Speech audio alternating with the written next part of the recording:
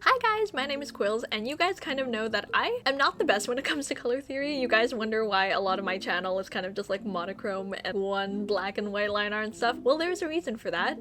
I am a coward. I don't know how other artists are able to paint with color, but for some reason, one of the art skills that just skipped over me was color theory and understanding colors. I am pretty okay with like anatomy and line art and composition and comic panels, but color theory just skipped over me.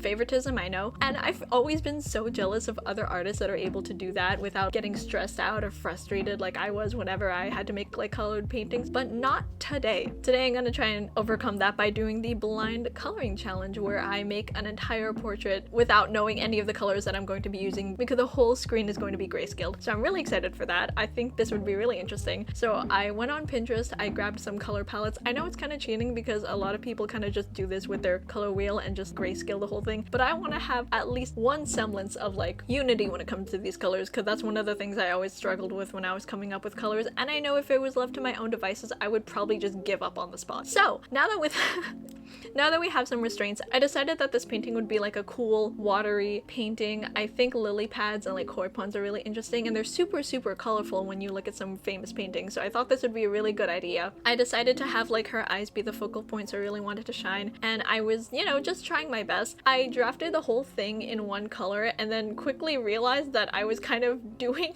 it wrong. I was kind of just like throwing down colors. I remember just throwing down colors where I thought it meant to be, but I really didn't know what I was thinking, and it was really frustrating because I didn't quite understand where they were supposed to be going, and I didn't really take into account how a lot of them have like a specific value in contrast with each other, so I was kind of just using them as a black and white scale to begin with, which I mean can work for some people, but this painting did not work out that well, which is okay because I'm perfectly okay with learning from my mistakes, and this was maybe one of them. It was kind of my fault for choosing this color palette because the two darkest colors looked very identical on my drawing tablet, so they basically looked like the same color. So though I thought I was using the same color for like the dark parts, I learned that they were not. And it was really distracting when I saw the whole thing at the end. I think the anatomy and the composition still looked really cool, though I do kind of wish that I brought the koi fish a little bit more. I kind of just had like parts of them poking out, especially in the corners and stuff. One of them is supposed to be a tail and the other one is just supposed to be like a little bit swimming away, but it didn't really show. Same thing with the lily pads. I think that I was kind of just doing like a weird stripy effect, and I wasn't really following a reference when it came to the lily pads. Make sure you use your references, guys. Do not believe anyone that says that's cheating. Just being able to use a reference accordingly and not just copying is a really good test of a good artist, and so don't believe anyone that says using a reference is a bad idea, because it's just not.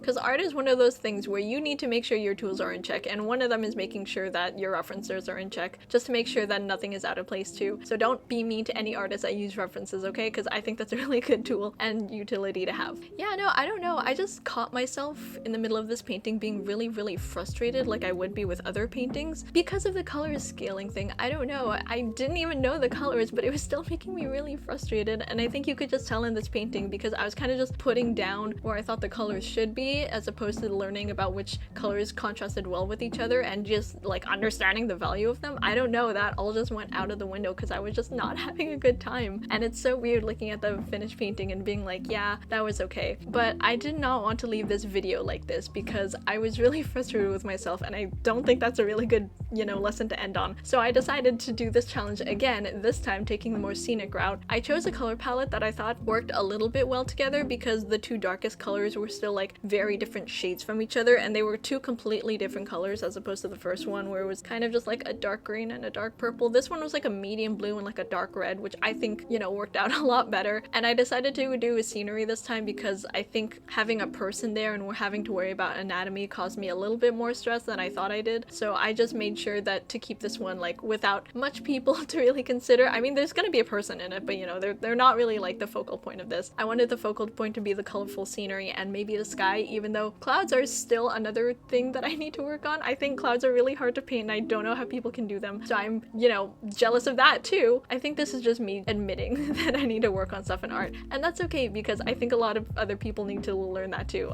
There's always room to improve in art, and I think that's a really beautiful part of art. Anyway, so I really think that I did learn a lot from the first painting because I was already feeling a lot better, and having to kind of just switch this from being like oh, I don't know what colors these are, I'm just gonna push them everywhere, to like, okay, so it's grayscale and we just work on it as if it was just grayscale. And that was a lot better attitude than the first one, and I think it really shows because I think this one came together a lot faster. This one took 30 minutes to record as opposed to the first one, which took like almost 50 minutes to record, and I think I just learned a lot and I took my time with this a lot better. I also had a reference this time, so you know, that's probably the whole reason too. I decided to have like a little water thing that was reflecting, and then some like grassy patches in the foreground with a little person, and I thought the clouds would be a really cool focal point, but you know, I forgot that I was also really bad at doing clouds, so I kind of just had them like out but not like the focal point, even though in hindsight I should have like tried a little harder with the clouds. But that's for next painting. I'm not trying to be dramatic here, I'm just like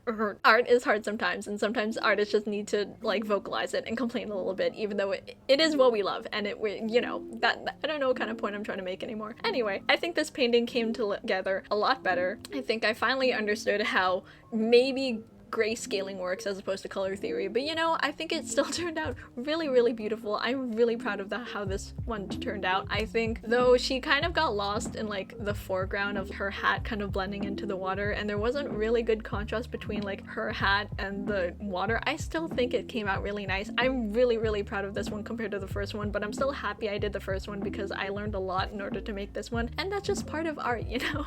They can't all be winners, but they can at least be, you know, lessons, and I think that's beautiful either way. If someone wants to link me in the comments a really good tutorial on how to paint clouds, I'd be very grateful, because what the hell was I doing at this point? I don't know either, okay? But I still think it came out really nice, and I'm really, really proud of this one, so yay me.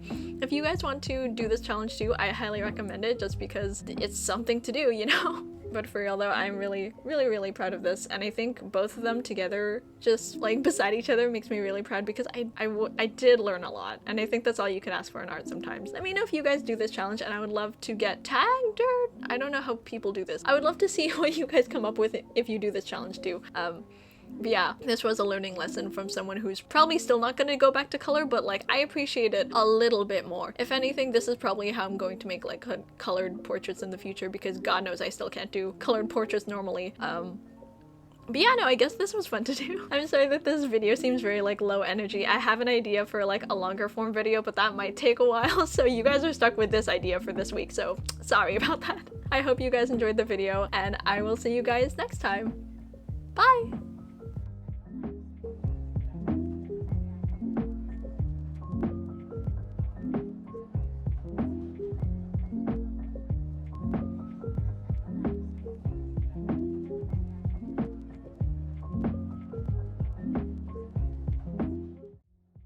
Also, I just wanted to shout out you guys, because thank you for 5,000 subscribers. That is so crazy, and if you guys have any ideas for like a little celebration to do, I am completely open for that, because I'm so proud and really happy for you guys. So thank you for letting this happen, and I promise I will continue to do my best, okay? Bye!